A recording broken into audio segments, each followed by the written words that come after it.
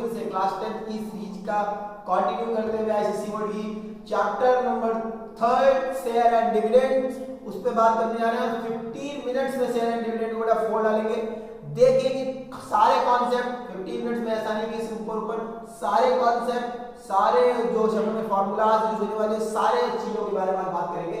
चलिए, चैप्टर का नाम है शेयर एंड डिविडेंड्स। क्या नाम है?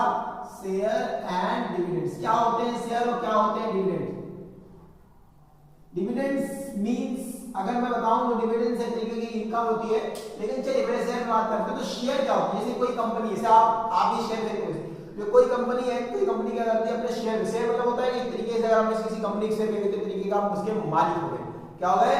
मालिक हो गए।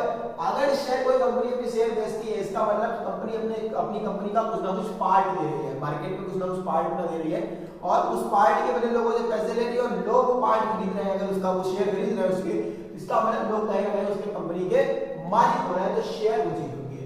अब डिविडेंड क्या होता है? जो लोग बेटा जो लोग क्या करते हैं, जो लोग आपके शेयर मार्केट में इन्वेस्ट करते हैं, तो शेयर मार्केट वालों के लिए डिविडेंड क्या होता है? शेयर मार्केट वालों के लिए जो डिविडेंड होता है वो उनकी इनकम होती है। It is income for share market holder. जो शेयर मार्केट है उनके लिए इनकम है। चलिए, शेयर मार्केट अब इस चैप्टर में क्या क्या आने वाला है? सबसे पहले हम लोग बात करने जा रहे हैं बेटा फेस वैल्यू की। किसकी बात कर रहे हैं? फेस वैल्यू की। फेस वैल्यू जिसे हम लोगों ने एफवी भी बोला है। फेस वैल्यू में बोलूं, मैं ओरिजिनल वैल्यू बोल लूं, ठीक? फेस वैल्यू और ओरिजिनल वैल्यू। फेस वैल्यू वो वैल्यू बेटा छोटे, फेस वैल्यू वो वैल्यू जिसपे कंपनी ने पहली बार अपने शेयर मार्केट पे निकाली होगी। मतलब वो value those values which a company has out the share। मतलब वो वैल्यू जिसपे कंपनी ने अपने शेयर को क्या किया होगा, मार्केट में पहली बार जो कंपनी ने अपना शेयर बेचा होगा वो वैल्यू कंपनी ने अपने शेयर पे रखी होगी और वही शेयर कंपनी से शेयर बाहर होना है। अब जो आप खरीदते हैं बेटा ध्यान रखिएगा, जो आप खरीदते हैं वो कंपनी वैल्यू या फेस वैल्यू में नहीं खरीदते। आप जो वैल्यू खरीदेंगे वो आज की डेट की वैल्यू खरीदेंगे। वो हो सकता है फेस वैल्यू से ज्यादा हो सकता है फेस वैल्यू से कम हो। वो मार्केट प्राइस पर डिपेंड करता है, मार्केट क्या होती है, ठीक है? इसको मैं फेस वैल्यू कहूं, ओरिजिनल वैल्यू कहूं, या इसका सेकंड नाम मैं एनबी वैल्यू करूं, नॉमिनल वैल्यू करूं। क्या करूं? नॉमिनल वैल्यू करूं। बात एक ही होती है माय स्टूडेंट। अब फेस वैल्यू तो वो वैल्यू हो गई जिस पे कंपनी ने पहली बार शेयर लिए होंगे, वो वैल्यू जिस पे कंपनी ने पहली बार शेयर लिए होंगे। अब आते हैं लोग जिस वैल्यू पे हम मार्केट से खरीद रहे हैं, तो ये कहते हैं, इसको कहते हैं बेटा मार्केट वैल्यू। क्या होता है बेटा? Market value. मार्केट वैल्यू क्या होती है? वो value the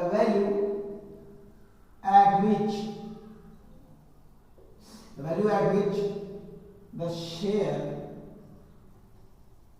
is sold or bought। वो वैल्यू जिस पे शेयर खरीदे या बेचे जाते हैं उस वैल्यू को कहते हैं बेटा मार्केट वैल्यू। क्या कहते हैं बेटा? मार्केट वैल्यू कहते हैं। अब ऐसा केस जिस केस में आपकी मार्केट वैल्यू फेस वैल्यू से ज्यादा हो जाएगी, माय डियर स्टूडेंट, ऐसा वैल्यू बाबू जिस केस में मार्केट वैल्यू है वो फेस वैल्यू से ज्यादा हो जाएगी, ऐसे वैल्यू पे हम कहेंगे कि जो हमारा शेयर है, शेयर क्या हो रहा है? शेयर एट प्रीमियम बिक रहा है बेटा। क्या बिक रहा है? प्रीमियम। हिंदी में बोले महंगा बिक रहा है बेटा। क्या बिक रहा है?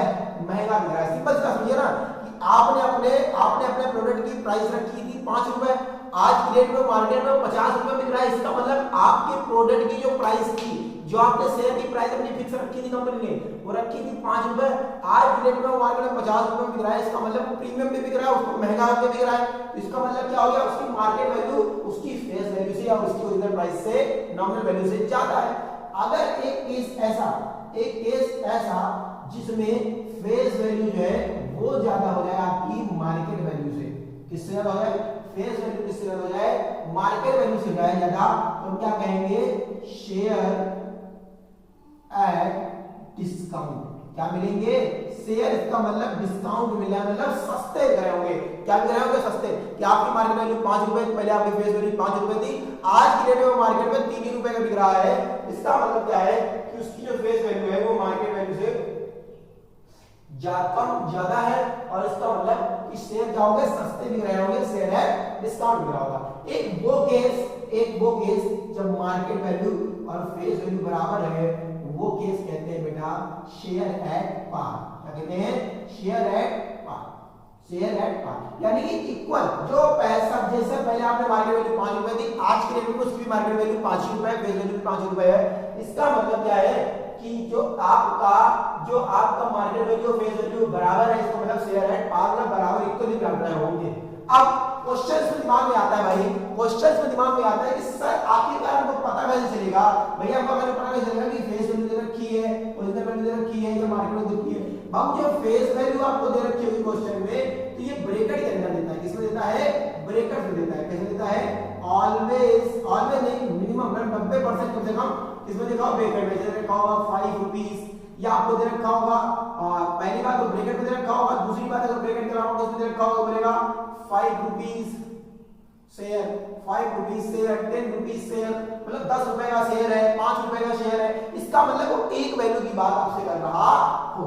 ठीक है, चलिए भाई ये तो हो गए कॉन्सेप्ट जो चैप्टर में यूज होने वाले हैं। चलिए हम लोग बात करने वाले हैं बाबू आखिरकार इस चैप्टर में सर कौन कौन से फार्मूलाज यूज होने वाले हैं, कौन कौन से फार्मूलाज यूज होने वाले हैं। चलिए सबसे पहला और बहुत इंटरेस्टिंग फार्मूला, बहुत इंपॉर्टेंट फार्मूला इन्वेस्टमेंट का।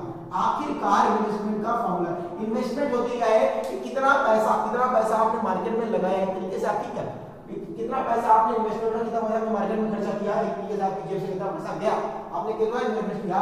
किसी कंपनी को अगर आपको शेयर खरीदना है तो market value of one share, कि एक शेयर की मार्केट वैल्यू कितनी है इनटू में नंबर ऑफ शेयर, कितने आपने शेयर खरीदे हैं इसको आप उसमें मल्टीप्लाई कर दिए। बाय द चांस एक की मार्केट वैल्यू थी 5 रुपए और आपने उसके 500 शेयर खरीद डाले हैं, इसका मतलब आपको कहीं ना कहीं 2500 रुपीस देने पड़ेंगे। मतलब सिंपल सी बात है, एक शेयर की मार्केट में कीमत थी 5 रुपए, आपने उस कंपनी के शेयर 50 खरीद डाले।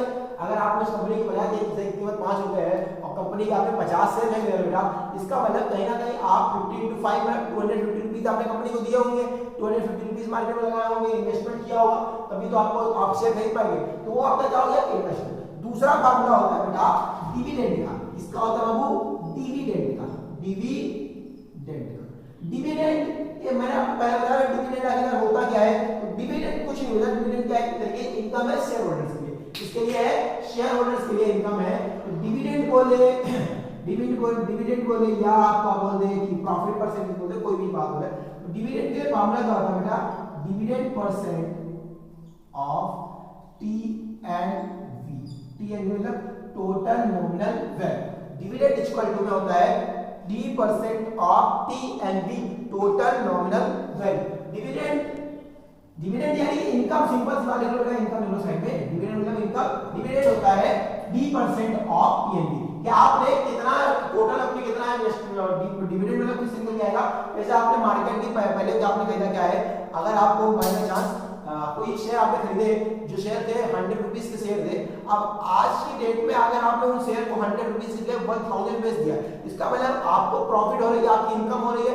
इसका मतलब जो आपका डिविडेंड है, जो डिविडेंड मतलब 900 जो निकल के आया वो 900% आप उसका निकालेंगे तो क्या निकल जाएगा? आपका डिविडेंड निकल जाएगा। क्या निकल जाएगा? डिविडेंड। अगर आपको टीएनबी निकालना है, क्या निकालना है बेटा? टीएनबी। तो टीएनबी निकालने के सिंपल सा फार्मूला है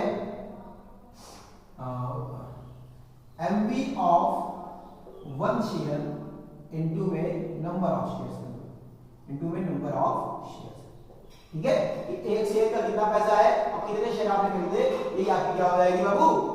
टीएनपी हो जाएगी, मतलब total nominal value. Total nominal value मैं चाहता हूं, मैं आपको मैं लिख देता हूं टोटल नॉमिनल वैल्यू। ठीक है, चलिए अब इस चैप्टर का आखिरी last but not least last topic बचता है आपका, और लास्ट फार्मूला भी बचता है। लास्ट फार्मूला है बेटा प्रॉफिट परसेंट का। क्या कहता है आपको? कितना प्रॉफिट हो रहा है, प्रॉफिट परसेंट क्या लूं, यील्ड परसेंट क्या लूं। ठीक है, कितना हो रहा है। अब इसके लिए फार्मूला जो होता है वो होता है डिविडेंड अपॉन में इनकम इनटू में 100। डिविडेंड अपॉन में इनकम इनटू में 100। Profit percentage, yield percentage, return percentage, कई नाम होते हैं इसके पेपर्स में आगे कई भी नाम आ सकते हैं, रिटर्न परसेंटेज, तो कितने भी नाम आ सकते हैं। यही है क्या है इसका फॉर्मूला आता है कि आपने जितना पैसा कमाया और टोटल आपने कितना पैसा इन्वेस्टमेंट किया था, कितना आपने इन्वेस्टमेंट किया था, कितना आपने इन्वेस्टमेंट किया, इनकम मतलब इन्वेस्टमेंट ले लो यार, इनकम और इनका तो डिविडेंड ऊपर कर दिया, इन्वेस्टमेंट ले लो, इन्वेस्टमेंट ले लो, कितना आपने इन्वेस्टमेंट किया था, कितना आपको पैसा मिला है, इनटू 100 कर देंगे, वही आपका परसेंटेज निकला है। ऐसे एक वही बात होती ना कि आपका स्कूल में 600 मार्क्स का पेपर था, आपके 600 मार्क्स में 450 मार्क्स आए, तो 600 अपॉन 450 इनटू 100 करके निकालते हैं, तो हम परसेंटेज निकालते हैं। तो वही बात होगी, एक प्रॉफिट परसेंटेज अगर आपको निकालना है तो आपने कितना पैसा कमाया, इनकम क्या, कितना पैसा आपने कमाया, कितना पैसा आपने इन्वेस्टमेंट किया था। बाय द चांस अगर ऐसे केसेस में आपको आ गया तो आपको अगर डिविडेंड मतलब 100 रुपए आपने कमाया, जैसे उस वाले केस में बात, दूसरे केस में बात कर लेते हैं, एक केस में बात करते हैं, ठीक है। चलिए अब आप नोट कर लियो क्या है वो, क्लियर है, शर्ट से प्रॉफिट परसेंटेज फॉर्मूला क्या है, डिविडेंड इनटू में इन्वेस्टमेंट अपॉन में इनटू में 100। चलिए बहुत बढ़िया, वेरी गुड। चलिए एक क्वेश्चन पे बात कर लेते हैं जल्दी से, बाकी का तो बात हो रही है। तो एक क्वेश्चन पे बात कर रहे हैं, क्वेश्चन को अपनी मन से बना रहा हूं तो गलत हो जाए तो कुछ कहेंगे। क्या है, एक शेयर है, a share of 10 rupees, a share of 10 rupees, Rohit brought 100 shares, 5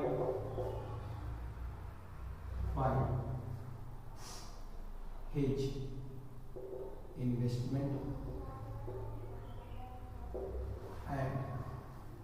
and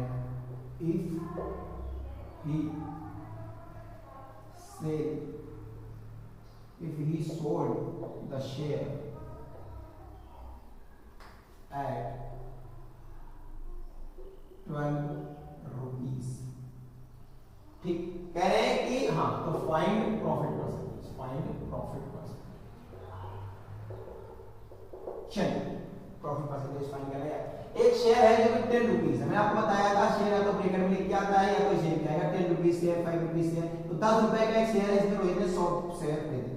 अगर मैं इन्वेस्टमेंट निकालने चलूं बेटा, अगर मैं इन्वेस्टमेंट निकालने चलूं, इन्वेस्टमेंट के लिए फार्मूला क्या था बेटा, इन्वेस्टमेंट के लिए फार्मूला क्या था, MB ऑफ 1 शेयर इनटू में नंबर ऑफ शेयर्स, बोलिए हां ना बोल भाई, नंबर ऑफ शेयर।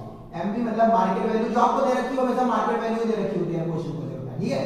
10 रुपीस कितने शेयर दे देते हैं, 100,000 दे देते, कितना हो गया 1000 रुपीस का उसका इन्वेस्टमेंट हो गया, 1000 रुपीस का उसका इन्वेस्टमेंट।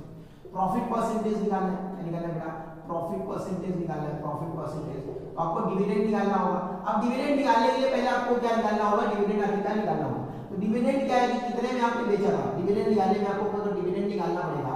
डिविडेंड क्या करेंगे, डिविडेंड का फॉर्मूला क्या था, डिविडेंड का फॉर्मूला याद करेंगे, बहुत very good, d% of TND, total income है, तो d% ऑफ 20।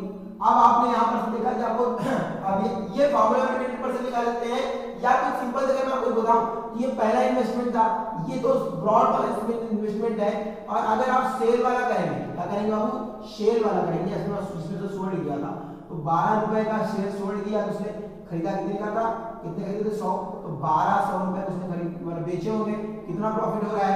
अगर मैं यहाँ पर सिर्फ प्रॉफिट की बात करूंगा, सिर्फ प्रॉफिट की बात करूंगा, डिविडेंड की बात करूंगा, डिविडेंड की बात करूं तो यहाँ सिंपल सा डिविडेंड यहाँ से ऐसे निकाला जा सकता है कि 1200 में से अगर मैं 1000 माइनस कर दूंगा बाबू, कितना आएगा 200 आएगा, कितना आएगा 200।